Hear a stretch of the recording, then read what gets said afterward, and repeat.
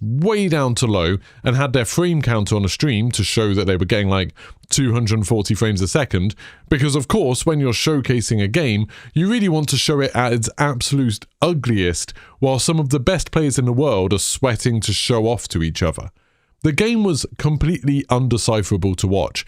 I guess because they had already had a chance to play it before the show, a lot of creators had decided what the meta guns were, so we saw loads of the same weapons over and over again, loads of the same slidey movement you're used to from modern Call of Duty, and it ended up being so fast that some of my viewers were saying that it was just making them feel sick to watch. So players are honestly starting to see a burnout with Call of Duty, and that is a big issue right now. You can actually see that people don't want to check pro gameplay anymore, and they don't want to see the CODNext event, basically pro streamers playing the same meta weapons. They want to see new content, and when the new maps dropped at the CODNext event, which was the biggest hype thing of 2025, what we got is awesome maps, I agree, but they were played by pro players while we could be getting tons of more content. And you know, people aren't watching tournaments and streaming into CODNext and joining in there. They want to see zombies. They want to see,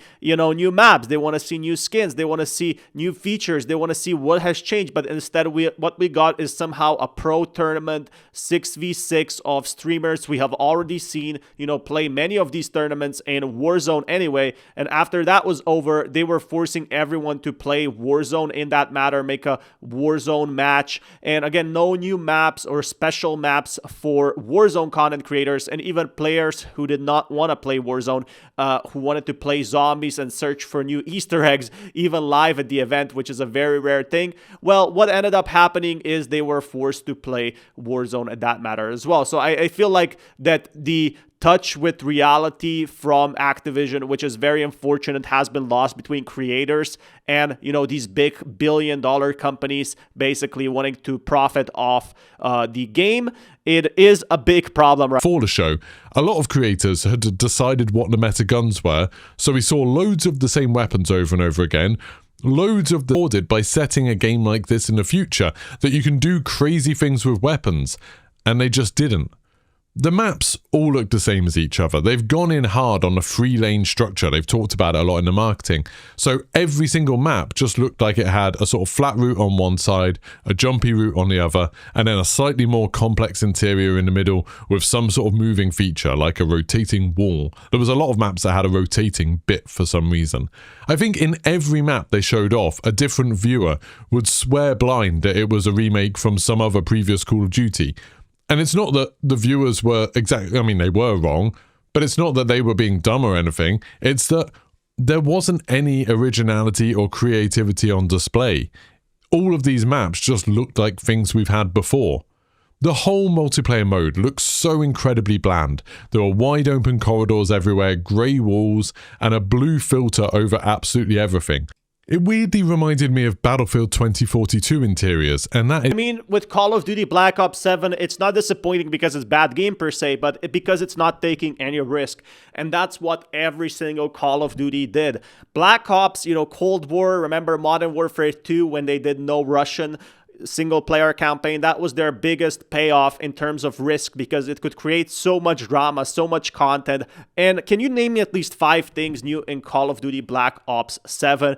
I can only name the, you know, actual jump. And what are the other reasons to buy the game? There isn't many. While, you know, Battlefield really does renovate that destruction system, which we have seen before in Battlefield 3, but it really gives that innovative vibe because Battlefield 3, 4 have been now 11 years. It's been 11 years since those games released, and you can actually have the mechanics, have the difference, while Black Ops 7 really feels like a waiting room for Modern Warfare 4, which is probably going to be one of the most played games of that year of 2026, obviously. And I agree with GeekyPasttimes here. The maps are awesome in my personal opinion. A lot of people are calling them bland, but they aren't enough to make people purchase a $110 game. I really feel like that is awesome that we are having, you know, automated, you know, futuristic dog shooting, which is something that Battlefield 2042 did.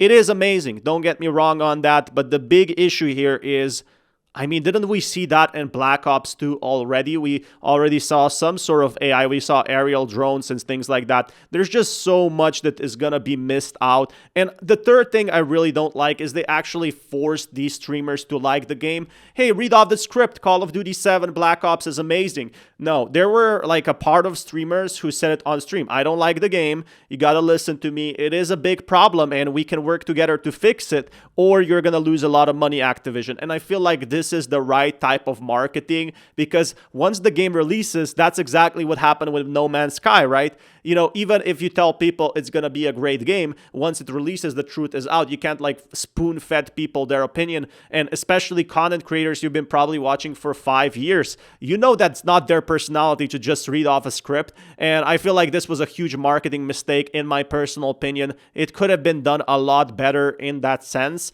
especially because CODNext had a lot of eyes and a lot of pressure, I would say as well, because of Battlefield 6 coming out. The only reason and the only advantage now Call of Duty has, it has infinite money because of all these skins they are selling, which I personally like. I like the collabs, and this is something that Battlefield 6 will not be able to replicate. They cannot release a game every single year, and they cannot get also these type of partnerships that, you know, Fortnite and Call of Duty is getting. Maybe they can sell some skins, but nothing on terms of scale of revenue that Call of Duty is bringing, because Call of Duty is right now 5 times, 4 times bigger. But a lot of players are ending up very bitter right now with how we are seeing COD do. Playing the game, but it completely left me cold. Right, on to zombies. The zombies presentation was odd. They invited all these players there, a lot of them were mostly zombies players, and they barely showed any footage of them doing anything in zombies. Obviously you could watch the individual players' streams if you wanted to get more footage and stuff like that, but on the main stream they barely showed any at all. Instead they spent all their time doing interviews, talking about stuff they'd already talked about in the blog posts. As far as I could tell, the creators were allowed to play on the full large map, just with the main quest disabled, but most of the footage they showed was just of them getting the car set up at the beginning, driving it around a little bit and getting blown up, and then shooting zombies in a barn. As a zombies fan and someone who has enjoyed quite a lot of Black Ops 6 zombies, I thought this looked awful. I've seen the compliments that some players have had for the atmosphere, and it definitely looks like a little bit more gothic and dark than Black Ops 6 did. And I also feel like that Call of Duty has taken a hit because of the 2026 Call of Duty game. And again, it is speculated to be Modern Warfare 4, which is, you know, one of the best titles for Call of Duty. Which I have nothing against zombies. To me, they look awesome, but it's really not enough. Like, you need to release a lot of content in CODNext event. And, you know, the beta farm, the reason why they only released the beta farm in Call of Duty open beta basically is because they are testing it. They have never released Call of Duty Zombies before. They didn't want to overload the servers, but imagine if they released like a larger part. Even if they released Transit, we'd still have other maps, right? And people would be forced to buy it. And personally, if they released the whole Transit map, yes, it would actually take away from a lot of secrets, but I do feel it would make more people buy it. You know, they would play it, but the game would still be playable. Like, even if you know, they released everything, all of the Call of Duty Zombies, I understand it's a demo, I understand it's only in early access, but the real thing is, if people want to play it, they will buy it. If they see the game is good, if they see those Easter eggs. Again, you know, people watch streamers all the time, and that's the reason they buy it. But look, they didn't even do that, and I feel like that was a big mistake on their part as well. So yeah, one part of the marketing is in fact these CODNext events and the millions they spent for marketing, which I'm guessing is like probably 100 million, 200 million. But the other part that they totally forget about is the streamers. The streamers are basically relying with their income. They're making pretty good income off YouTube and everything like that, you know, and if they don't have content, their revenue takes a hit and they have to focus on other games. And that's what you see with Call of Duty creators for the last 3 years.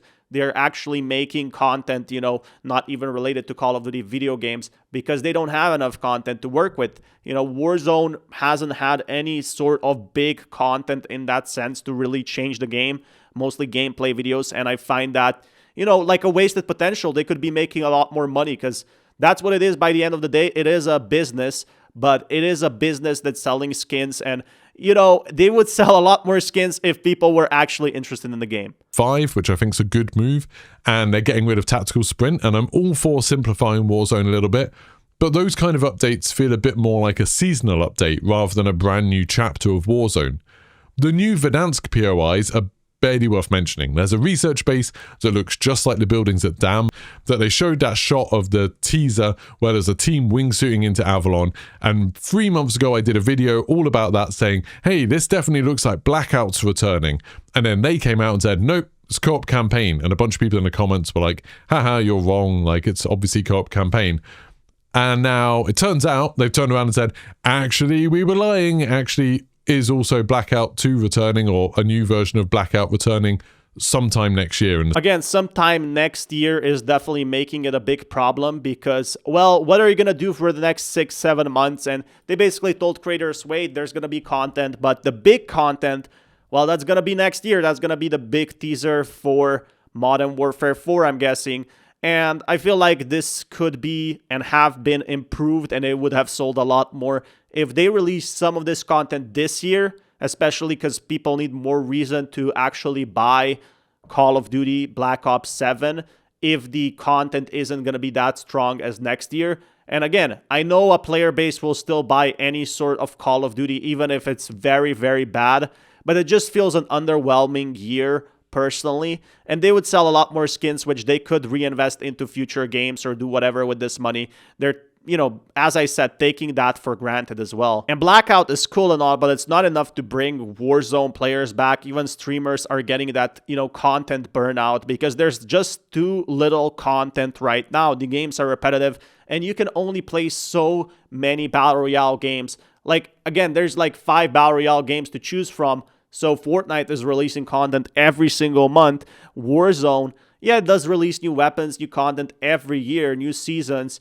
But are they really that of a game changer? No, there needs to be more stuff done in that sense.